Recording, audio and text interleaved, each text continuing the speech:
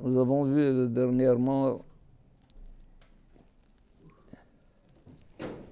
qu'il y a des moments où il ne faut pas de faire de bracha, même si on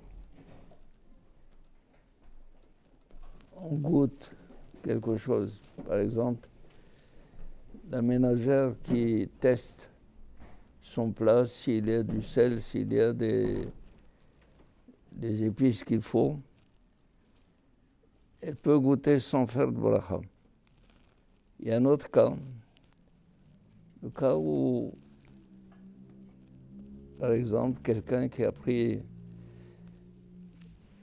une gorgée de mahia ou d'alcool qui lui a pris la gorge, il faut faire passer cette chose. Il prend du pain. Quand il prend le pain, il le mange sans bracha. Pourquoi? Parce que le ikar, l'essentiel qu'il a voulu consommer, c'est l'alcool, ou le whisky, ou la mahia. Le pain est venu en second lieu. Il n'avait aucune intention de le manger. Ça s'appelle, quand il est à ikar et tafel, mevarchim ala ikar, potrim et tafel. À partir du moment où on fait la bracha sur le ikar, sur ce qui est essentiel, par exemple, dans le couscous, il y a beaucoup de légumes. Et ce que vous voulez manger le couscous. Le couscous, c'est le ikar.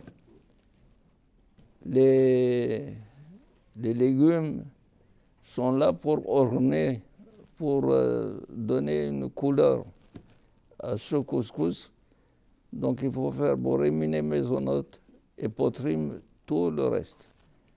Mais si vous voulez également donner l'importance à ces légumes, il va falloir faire la bracha sur les légumes sans avoir l'intention de manger tout de suite le couscous. Après faire borémine maison sur le couscous et continuer.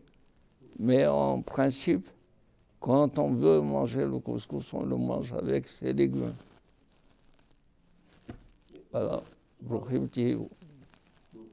Dans le cas du pain, il le mange comme une refoua, pas vraiment comme une nourriture. Est-ce que quand on prend quelque chose comme une refoua, quel que soit, disons, il prend un peu de jus de grenade comme refoua, il se sent faible. À partir du moment où le palais et l'appareil digestif tirent un profit, une jouissance. Ok, alors je ne veux pas dire le jus de grenade, je veux dire il prend une aspirine parce qu'il a la... Si vous prenez une aspirine, il n'y a aucun goût, vous ne faites aucune bracha.